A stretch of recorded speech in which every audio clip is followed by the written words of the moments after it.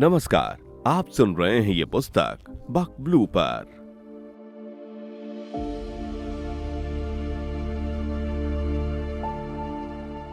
नमस्कार, आप सुन रहे हैं योगिता वाडे की लिखी पुस्तक साही और सुधीर, मेरे यानी नेहा के साथ।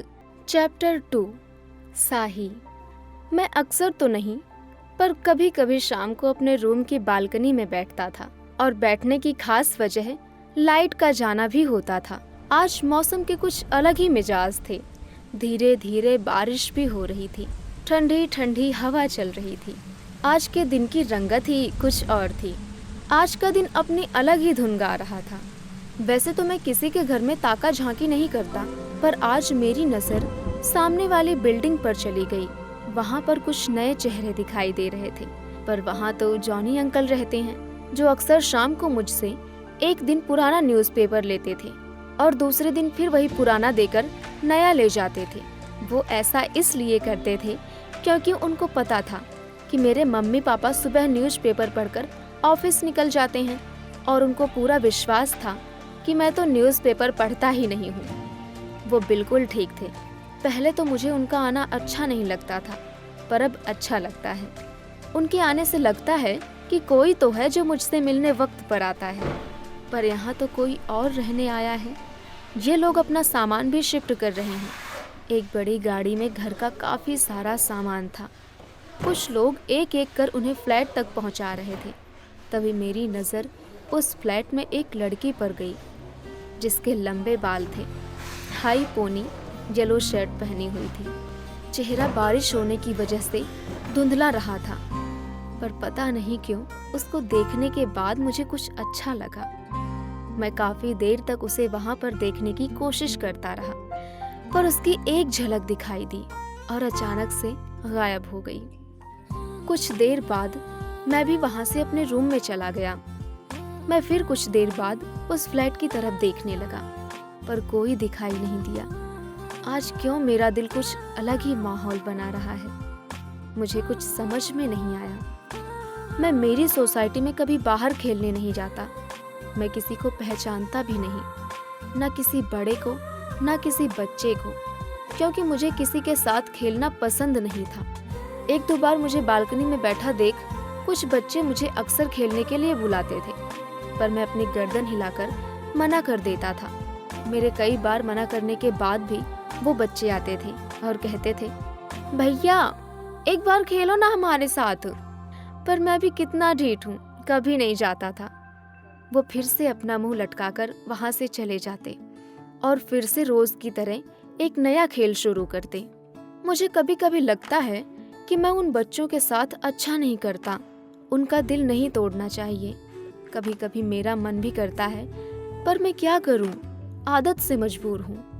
अगले दिन जब मैं स्कूल से अपने घर पहुंचा, तभी कुछ देर में किसी ने दरवाजे की घंटी बजाई। मेरे घर 2 दरवाजे हैं। मुझे मम्मी पापा ने किसी भी अजनबी के लिए दोनों दरवाजे खोलने को मना किया है। ये बात मुझे बचपन से ही सिखाई गई थी। मैं एक दरवाज़ा खोलकर देखता हूँ। एक अंकल आंटी खड़े थे। पहला दरवाज़ा खोलते ही उन्होंने मुझे नमस्ते कहा। उन्होंने अनुरोध किया कि वो इनविटेशन कार्ड देने आए हैं, तो मैंने उन्हें दूसरा दरवाज़ा खोलकर नमस्कार कर उन्हें अंदर बुलाया चाहा, पर उन्होंने खड़े खड़े ही कहा कि हम लोग कल ही आपकी सोसाइटी में सामने वाली बिल्डिंग के एक फ्लैट में शिफ्ट हुए हैं, और कल हमारे यहाँ सत्यनारायण की पूजा है। तुम्हें और तुम्हारे पूरे परिवार वालों को पूजा में आना है। कल दोपहर का खाना भी हमारे घर पर ही है। उन्होंने ये भी कहा कि हम नए नए आए हैं। यहाँ पर तो जॉनी सर ने इस बिल्डिंग के कुछ लोगों के बारे में बताया था। हम सभी को इनविटेशन देने निकले थे। उन्होंने मम्मी पापा का पूरा नाम पूछा और इनविटेशन कार्ड देकर चले गए। मैंने भी इनविटेशन कार्ड लेकर डोर की साइड वाली पॉकेट में रख दिया। कोई भी नई डाक वहीं रखी जाती है। मम्मी पापा के घर आने पर वो सबसे पहले वही देखते हैं कि कोई कुरियर या कोई लेटर तो नहीं आया। मैं अपने कमरे में पेंटिंग बना रहा था। फिर से दरवाजे की घंटी बजी। आज मम्मी पापा दोनों ऑफिस से जल्दी आ गए थे। मम्मी ने अंकल का इनविटेशन देखा और पूछा, सुधीर ये कौन दे गया है? मैंने बताया कि सामने वाली बिल्डिंग के जॉनी अंकल के फ्लैट में कोई नए लोग आए हैं। उन्होंने ही ये इनविटेशन दिया है। बोलकर गए हैं कि कल सत्यनारायण की कथा है। इनविटेशन कार्ड को पढ़कर पापा ने कहा, हमको कल जाना चाहिए। वे हमारे पड़ोसी हैं और कल रविवार भी है। ठीक कह रहे हो अजीत, हमें जाना चाहिए। सुधीर, तुम भी चलना कल हमारे साथ। वैसे तो मैं कभी भी किसी के घर नहीं जाता, पर इस बार जाने का तो मेरा भी मन था, पर मैंने हाँ नहीं की और मना भी नहीं किया, क्योंकि मुझे भी तो पता लगाना था कि उनके घर वो लड़की कौन थी। अगले दिन रविवार था। मम्मी पापा रविवार को देर से ही उठते हैं, पर मुझे देर तक नींद नहीं आती, तो मैं जल्दी ही उठ जाता हूँ। कभी कभी भूख लगने पर अपना ब्रेकफास्ट खुद ही बना लिया करता हूँ। मुझे मेरी मम्मी ने ऑमलेट बनाना अच्छे से सिखा दिया है। मैंने अपना ऑमलेट बनाया और अपनी बालकनी में जाकर खाने बैठ गया। खाते खाते मेरी नज़रें सामने वाली फ्लैट पर ही थी। वहाँ पर सत्यनारायण की कथा की तैयारी चल रही थी। वहाँ अंकल कभी इधर से उधर तो कभी आंटी इधर से उधर आ जा रही थी, पर जिसे मैं देखना चाहता था वो कहीं नहीं दिख रही थी। मुझे ये भी नहीं पता था कि जिसे मैं खोज रहा हूँ वो वहाँ रहती भी है या नहीं। मैंने ब्रेकफास्ट खत्म किया, फिर मैं नहाने चला गया, पर अभी तक मम्मी पापा नहीं उठे थे। मैं अपने रूम में पेंटिंग बनाने लगा। मैंने ब्रश उठाए, पर आज मुझसे पेंटिंग पर कोई भी रंग नहीं चढ़ रहे थे।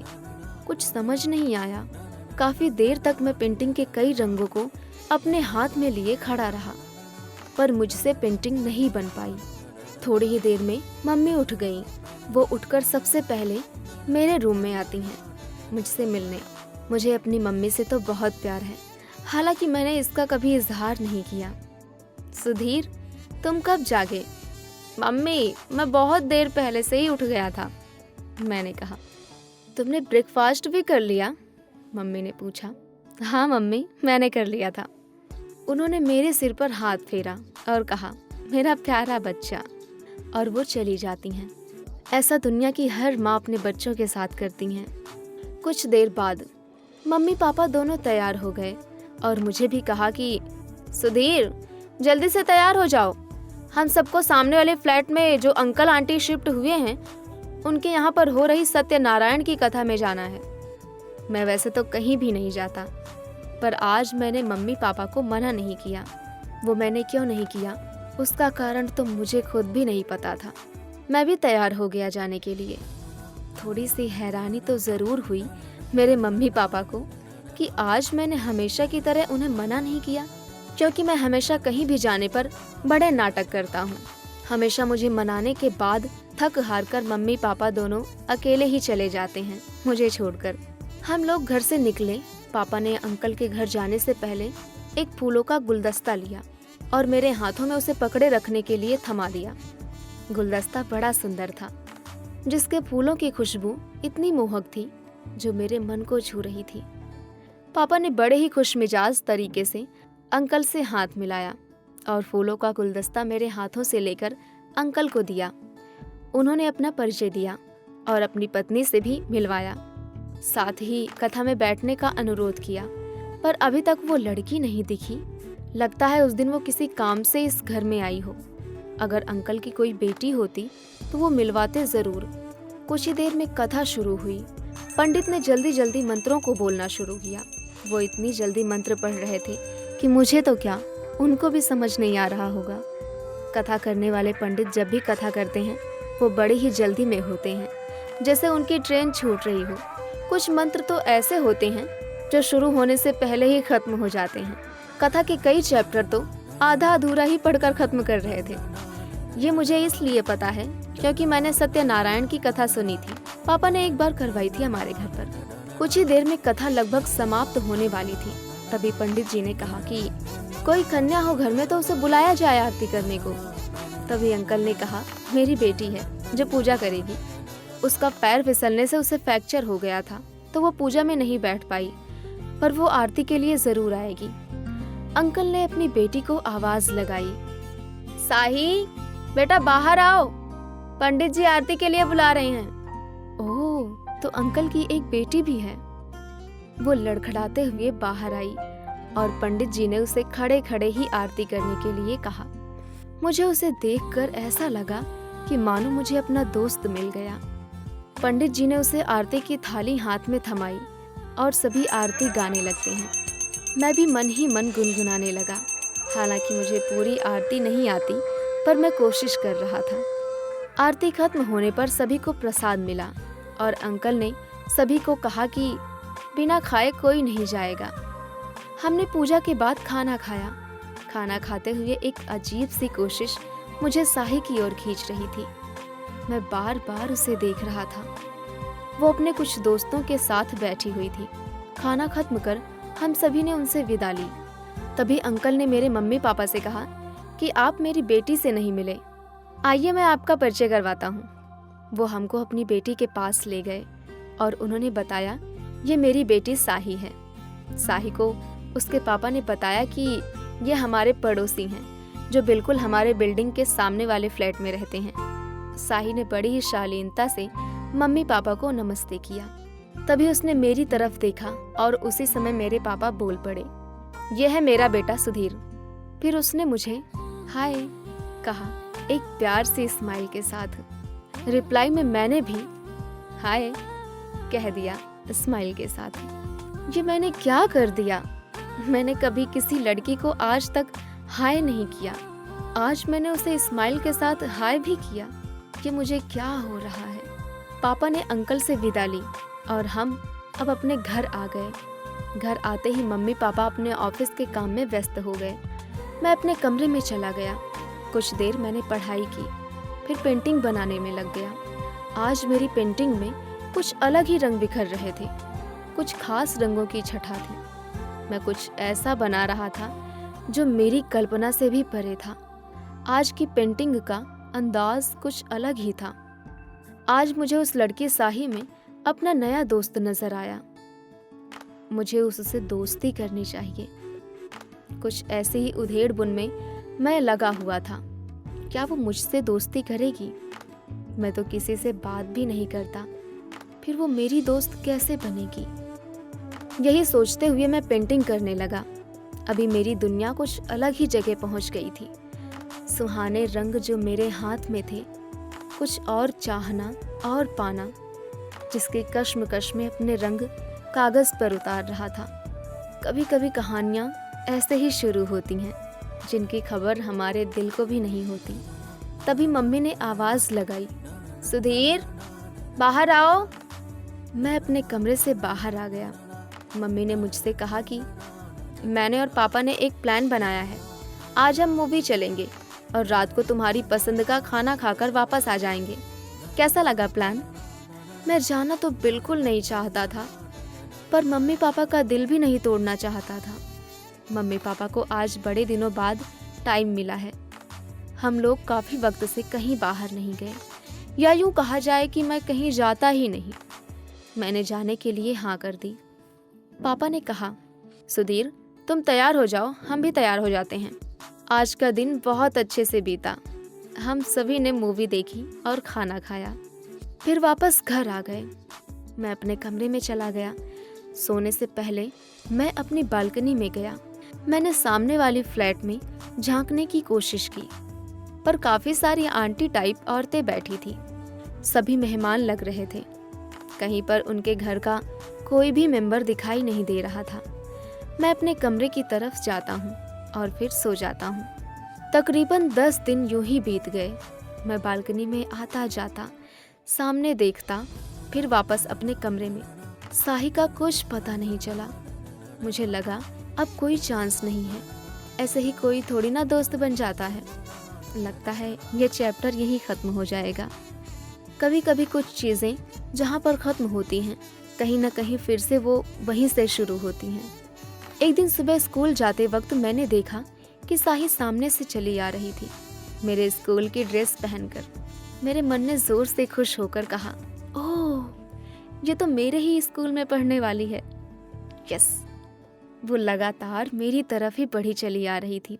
लगता है वो मेरी ही बस में स्कूल जाने वाली है। कहते हैं ना, भगवान जब देता है तो छप्पर फाड़ कर देता है। साही को पास आते देख मैं इधर उधर देखने लगा, मानो मैंने उसे देखा ही नहीं। उसने मेरे पास आते ही मुझे हाय कहा। मैंने भी हाय। इतने में बस आते ही हम दोनों बस में चढ़ जाते हैं। बस में चढ़ते ही मैंने देखा कि साही जिस सीट पर बैठी थी उसके पास वाली सीट खाली थी। उसके अलावा कोई सीट खाली नहीं थी। तो मैं खड़ा हो गया। तभी मेरी नज़र साही पर गई। उसने मुझे आंखों से इशारा किया कि यहाँ बैठ जाओ। मैं भी वहाँ जाकर बैठ गया। मुझे उसके पास बैठने में कुछ असमंजस हो रही थी। मेरे तो पसीने ही छूट रहे थे। पास बैठना तो बहुत दूर की बात है, मैंने तो आज तक कभी किसी लड़की से बात तक नहीं की थी। पर कोई बात नहीं, मेरा तो कोई दोस्त था ही नहीं ना। तभी साही ने पूछा, स्कूल कैसा है? अच्छा है, मैंने कहा। तुम कौन सी क्लास में हो? साही ने पूछा। 10th में, मैंने कहा। ओह ग्रेट, मैं भी 10th में ही हूँ। मैंने बड़ी हिम्मत जुटाकर आखिर पूछ ही लिया। तुम्हारा पैर कैसा है? अब एकदम ठीक है, कभी कभी थोड़ा दर्द होता है, पर टाइम के साथ ठीक हो जाएगा। मैंने आगे कुछ नहीं कहा, बस एक छोटी सी स्माइल दी। मैं पूछना चाहता था कि तुम कौन से सेक्शन में हो, पर पूछ नहीं पाया। मैंने जो उसे जवाब दिए वो मिसाइल दागने जैसा था मेरे ऊपर, क्योंकि जो भी हो रहा था वो रोज की तरह नहीं था। सब कुछ अलग सा था, सब अच्छा लग रहा था। बस से उतरकर साही कब पीछे छूट गई थी पता नहीं चला। स्कूल में आते ही अपनी क्लास में जाकर बैठ गया। पूरी क्लास में मैं अपनी टेबल पर अकेला ही बैठता था, क्योंकि मेरा कोई दोस्त नहीं था और मैं किसी को अपना दोस्त बनाना भी नहीं चाहता था। तभी मैंने देखा कि साही मेरी क्लास में आ रही है। उसे देख मैं खुश तो बहुत हुआ, पर वो खुशी सिर्फ अंदर ही दबी रह गई, जो कभी बाहर आई ही नहीं, या मैंने उसे कभी बाहर आने नहीं दिया। पूरी क्लास में कहीं कोई टेबल खाली नहीं थी, सिर्फ मेरी टेबल के सिवाय, क्योंकि मेरे पास कोई बैठना ही नहीं चाहता था। पूरी क्लास में सब मुझे बोरिंग पढ़ाकू जो कहते थे। साही ने देखा कि मेरी टेबल पर ही जगह थी और उसके अलावा कोई सीट खाली नहीं थी, तो वो मेरे पास आकर बैठ गई। मैं पहले तो इधर उधर देखने लगा, फिर अपनी किताब खोलकर बैठ गया। साही का मेरे पास आकर बैठना, पूरी क्लास की नज़रें मुझ पर थी, क्योंकि मैं कभी लड़कियों से हाय हेलो पर धूम दबाकर भाग जाता था। फिर आज क्या हो गया मुझको? मुझे साही ने धीरे से हाय कहा तो मेरी नज़रें तो पूरी क्लास पर गई, जो घूर घूर कर मुझे ही देख रहे थे। कुछ बच्चे तो देखकर मुस्कुरा भी रहे थे, कुछ फुसफुसाने की आवाज़ भी आ रही थी। सभी को मैं अजूबा सा लग रहा था। इतने में टीचर के आते ही क्लास शुरू हुई। साही का परिचय भी हुआ।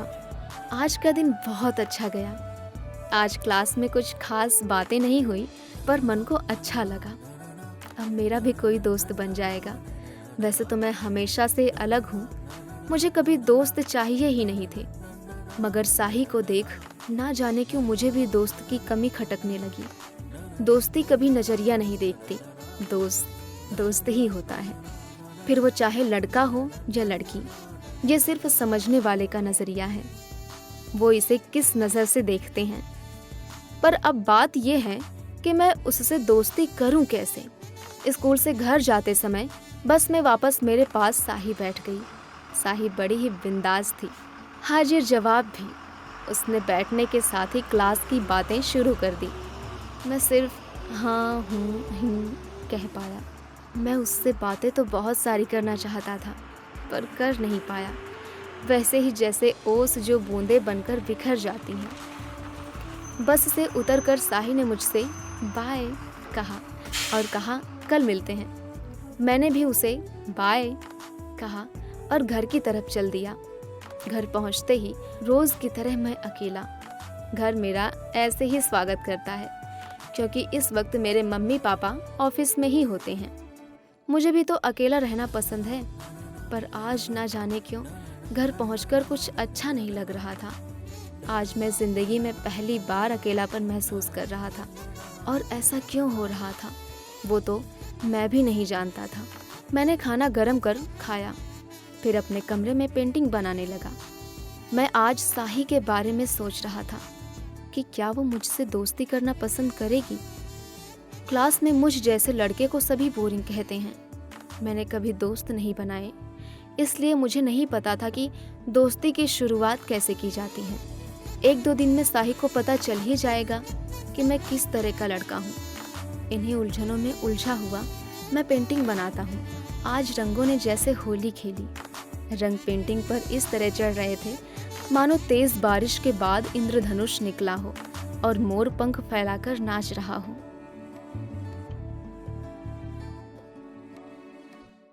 अभी आप सुन रहे थे ये पुस्तक बक ब्लू पर। आपको ये किताब कैसी लगी कमेंट में हमें जरूर बताएं। साथ ही स्क्रीन पर दिए गए सभी प्लेटफॉर्म्स पर हमको फॉलो करना ना भूलें। धन्यवाद।